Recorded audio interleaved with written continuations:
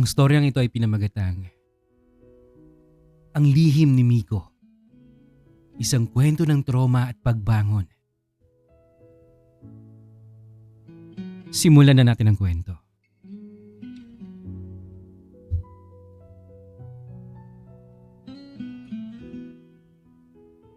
Hi Kuya Ren, kung titignan mo ako ngayon, sasabihin mong nasa akin ang lahat.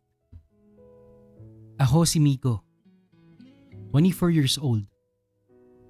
Sa tangkad kong 5'11", sa pagiging chinito, at sa itsura kong madalas sabihing artistahin daw.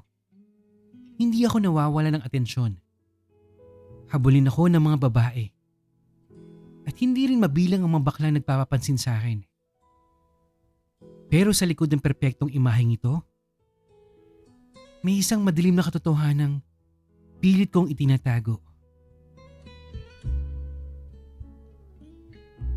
Noong 7 taon pa lamang ako, Kuya Ren, nagsimula ang isang bangungot na magpapabago sa buhay ko habang buhay. Dahil nagtatrabaho ang parehong magulang ko, si Tito ang naiwan para magbantay sa akin. Akala nila ligtas ako. Akala nila nasa mabuting kamay ako. Pero sa likod ng nakasaradong pinto, doon nagsimula ang lahat. Naalala ko pa noong hapon na yun. Nakaupo ako sa sala namin nang nilapitan ako ni Tito. Mababa ang boses niya. Dahan-dahan. Na para bang mayroong lihim na itinatago. Miko, ang aga naman umalis ng nanay at tatay mo. Tayong dala na naman yung magkasama dito. Opo Tito. Sabi ni nanay, gabi na raw po sila uuwi eh. Mabuti yon. Para naman makapaglaro tayo ng sarili nating laro. Gusto mo ba yun? Yung sekreto lang nating dalawa ha? Nagsimula akong manginig. Sa bata kong isipan, alam kong may mali. Pero hindi ko alam kung paano tatakas. Tuwing susubukan kong lumayo, hihigpitan niya ang hawak sa akin. Tito, ayoko po ng laro na yun eh. Natatakot po ako. Bakit po kailangan natin gawin yun ha?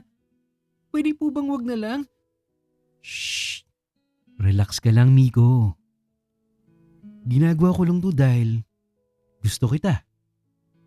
Nasasarapan ka naman, di ba? Pero makinig ka sa akin. Subukan mong magsumbong at papatayin ko ang mga magulang mo. Papatayin kita. Gusto mo bang mawala sila, ha? Huwag po, Tito. Huwag mo pong sasaktan ang mga magulang ko. Huwag niyo po silang sasaktan. Dahil sa takot, nanahimik ako. Ang takot na yun ang naging kadena ko sa loob ng maraming taon. Hanggang sa nasanay na ako, Kuya Ren. Nang magbinata ako, lalong lumala ang sitwasyon.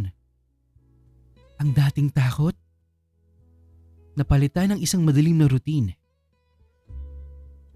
Pinagawa na niya sa akin ang mga bagay na hindi ko akalaing magagawa ko. Sa sobrang sakit at hapdi nung una, pero kalaunan, naging manhid na ako. Wala na akong maramdaman. Kapalit ng pera at mga material na bagay, hinayaan ko siya. Akala ng mga magulang ko ay sadyang mabait lang siya sa akin. Kung alam lang sana nila ang totoo. Dumating ang punto na ang sakit ay naging paghahanap. Ang trauma ay naging adiksyon. Hinahanap-hanap na ng katawan ko ang sensasyong iyon. Hanggang sa ako na mismo nag-aaya sa kanya. Ngunit, biglang nagbago ang lahat nang mamatay si Tito sa isang aksidente sa motor. Para akong naiwan sa ere. Gabi-gabi akong parang mababaliw. Dahil hinahanap-hanap ko na ang sensasyong nakagawian ko. Sinubukan kong humanap ng ligaya sa iba. Hindi sa babae, kundi sa mga lalaki ring kagaya ko.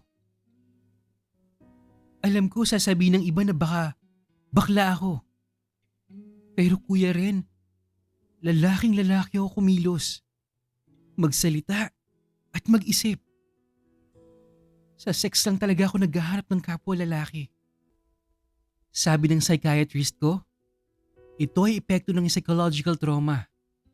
Mula noong musmus pa lamang ako, naging weird ang utak ko sa maling paraan dahil sa pang-aabuso. Hanggang ngayon, parang alak ito na mahirap tanggalin sa sistema ko. Ibinabahagi ko ito upang magsilbing babala sa lahat ng mga magulang. Sana, bantayan ninyong mabuti ang inyong mga anak. Huwag niyong hayaang matulad sila sa akin. Dahil ang pang-aabuso ay walang pinipiling kasarian. May mga batang lalaki ring biktima. At ang sugat nito ay habang buhay na dinadala nila.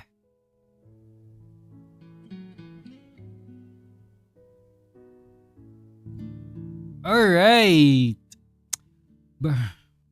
Ang bigat naman ng story. Bago tayo magtapos guys, gusto ko lang humingi muna ng sorry kung medyo natagalan yung pag-upload natin, no? Pasensya na talaga guys ha.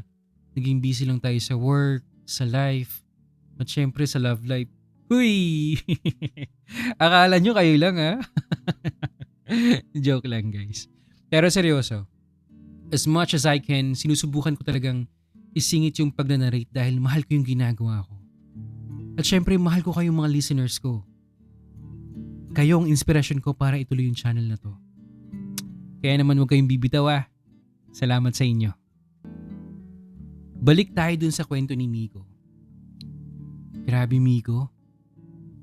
Ang bigat nung pinagdaanan mo na yun nung bata ka. At hindi ko ma-imagine na nagawa sa'yo ng tito mo.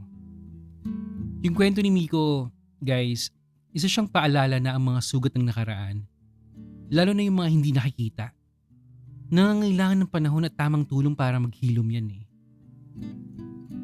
Hindi ka nag-iisa, Miko. Tama yung ginawa mo. Nag-seek ka ng help ng psychiatrist. At sana, malagpasan mo ang trauma na dinanas mo sa kamay ng tito mo. Just message me bro kung kailangan mo ng kausap. Nandito lang ako para sa'yo.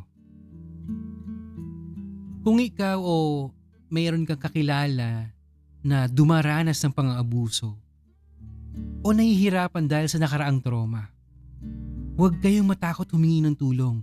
Guys, sabi ko nga dun sa previous na upload ko, marami tayong mga agency at hotline na maaari niyong tawagan para suportahan kayo at gabayan kayo.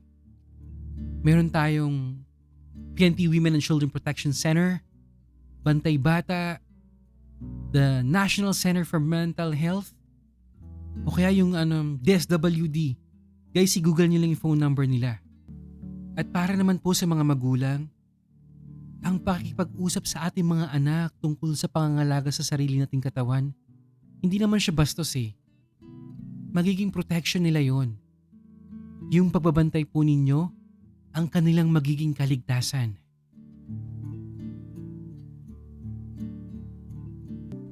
If you enjoy our story, don't forget to hit like, comment, subscribe, and hit the notification bell para updated ka sa mga news stories natin. And of course, please continue sending your stories sa email natin. That's mentomenstories@gmail.com. Malay mo next time, kwento mo naman ang mabigyan ng buhay dito. This is Ren Santiago nagsasabing, ingatan natin ang ating mga sarili. At higit sa lahat, ang ating mga anak. Yun lamang po at maraming salamat sa pakikinig. Hanggang sa muli.